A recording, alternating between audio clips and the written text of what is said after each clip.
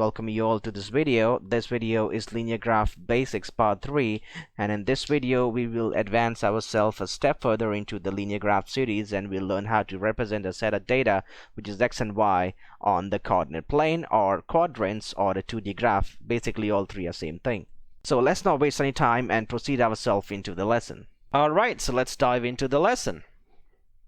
So what exactly are we going to be learning today? Let me tell you the topics for today's video. So at first we'll be learning how to plot coordinates on the graph based on given set of data x and y, which basically means that we'll be having multiple coordinates and we have to plot them out on the graph. And once we are done with that, we are going to be using the same coordinates to represent and interpret a set of data. Alright everybody, let's go plot some coordinates, shall we? So I've got a bunch of coordinates we're going to be plotting on this graph today.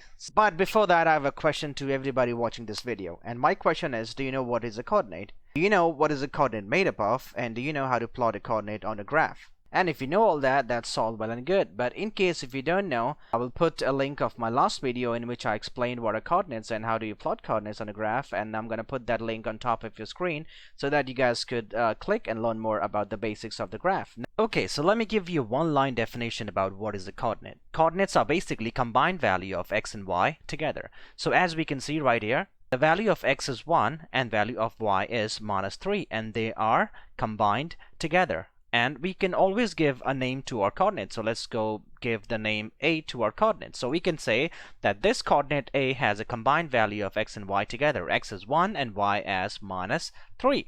Now let me tell you a quick and easy way to plot coordinates on the graph. And let's start with coordinate A. So as we can see in coordinate A, we have x as 1 and y as -3. So let me write down x equals 1 and y equals -3. Now, in order to find out the point where x equal 1, y equal -3, first you have to draw the line where x equal 1 and y equal -3. So let's go draw the line where x equal 1 and y equal -3. Okay, so now since we have both the lines drawn, which is x equal 1 and y equals -3, let's have a look at the line x equal 1. Now, let me tell you why this line is x equal 1. This line is x equal 1 because for just one simple reason that at every point on this line, the value of x will be 1. Why? Because this line is drawn on the value of x equal 1. As we can see, x is 1 right here, and this line is drawn on x equal 1. That's why every point on this line will have the value of x equal 1. The same applies to y equal -3. Since this line is drawn on the value of y, which is -3, every point on this line will represent a value of y equals -3. Okay. So how do we find out where is our coordinate A? It means where is the value of x is 1 and y equal -3. Let's have a look at the point where these two lines intersect. Our coordinate is where these two lines intersect and give out a combined value of x and y together, which we call a coordinate. So as we can see at this point right here, our value of x is 1 and our value of y is -3. Because these two lines are intersecting at this point where x is 1 and y is -3, which gives out our coordinate A, where x is 1 and y is -3. So we are done with plotting coordinate A on the graph. Okay, so here is the coordinate A, where x is 1 and y is -3. Now let's go plot B, C, D, and E, but I'm not the one who's going to be plotting it for you. Pause this video for 10 seconds and try to find out where the coordinates are, and then resume to check whether your answers were right or wrong. Okay, so since we have all our 5 coordinates plotted on the graph, it's time for you to check your answers. Did you get him right? Did you get him wrong? So let's move on to coordinate number B. So how did we get our coordinate number B? The same formula. The line x equal 2, which is right here, and the line y equal -1, which gives out coordinate number B. What about coordinate number C? The same. The line x equal 3 and the line y equals 1. Same thing. D. The line where x equal 4 and the line where y equals 3. Same thing with E, the line where x equals 5 and the line where y equals 5. Now where these lines intersect will be our coordinate, as we can see A, B, C, D, and E. Now let's move on into our lesson, since we have learned how to plot a coordinate on a graph. Now we just learned how to plot coordinates on graph. But can we use the same graph to represent a real-time data? Can we help our friends, can we help our family to actually figure them out how to represent the data on a graph? Yes, we can. Now, let's use what we learned into our real life. Let's assume that Mr. Ram opened a new store and the name of his new store is Ram Store Company Limited. Let's use the same set of data as we used to plot the coordinates on the graph. So x is 1, 2, 3, 4, 5 and y is -3, -1, 1, 3 and 5. Now let's assume that x is number of weeks Ram has been running his store for, and y would be the amount of profit and loss Ram has been making on his store every week. Now let's have a look at our data right here. So in the first week of his store opening, Ram made a loss of $3. But somehow Ram did manage to reduce that loss from $3 to $1 at the end of the second week. And at the end of third week, Ram actually started making a profit, and the profit at the end of the third week was $1.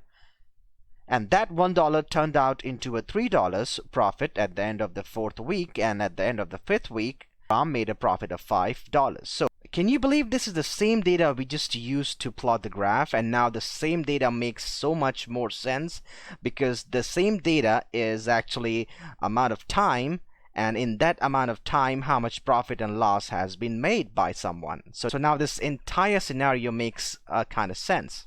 Now it's time to analyze our data. So let's go use the same graph and analyze the data using the graph. Alright, so we are back at the same graph, but this time we will be analyzing the data rather than just simply plotting coordinates on the graph. Now the data which we will be analyzing is the Ram Store Company Limited, which is how much profit and loss he made in the first 5 weeks. So we have two set of data. One is X, which is number of weeks. The second is Y, which is amount of profit and loss Ram made in his first 5 weeks. So let's get started. Let's open our analysis page. So at first, Ram started a little rough with a loss of $3 in the first week. So as we can see right here, at the first week Ram had a loss of $3, which is not a good news for Ram. But at the end of the second week, that $3 loss was converted into a $1 loss, which is a sign of a hope. So means Ram is not doing bad. Rather than having a $3 loss, this time he had a $1 loss, which is growth, but still negative growth. Let's go back at the third week. Third week, Ram actually made a profit of $1, which is a sign of a growth, sign of a positive growth. And at the end of the fourth and the fifth week, Ram actually made a profit of $3 to $5. So what is the overall conclusion? What do you think about Ram's performance? I think that Ram started slow with a loss, which is normal for a new business, but as the time passes, he successfully grows his business to make profit, and we all wish Ram a very good luck for future.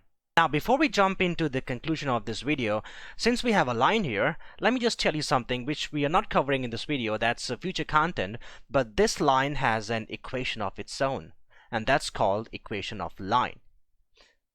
But that's not the topic for now, but I just want to tell you what we're going to be dealing with in the future. In the future, we'll be learning why linear graphs have a straight line and what is equation of line of a linear graph. So now let's go and conclude this video. And we can easily check out the growth of Ram using this y-axis, which is the profit. So at the first week, Ram had a loss of $3, and in the second week that $3 loss was changed into a $1 loss, and at the end of the third week he actually made a profit of $1. At the end of the fourth week he made a profit of $3, and at the end of the fifth week he made a profit of $5. So as we can see, Ram is growing week by week. Simple as that. Alright, so this is the end of this lesson, but before I finish my video, let me tell you the topic for our next lesson. In our next lesson, we'll be learning what is a gradient, slope, and tangent. So thank you so much for watching, and stay tuned and consider subscribing if you are interested in learning maths and you don't want to miss any future maths content. And please do hit a like on this video if you think it was of any help to you. So thank you so much, a very goodbye from Teacher Prashant, and I'll see you guys again very soon in my next video.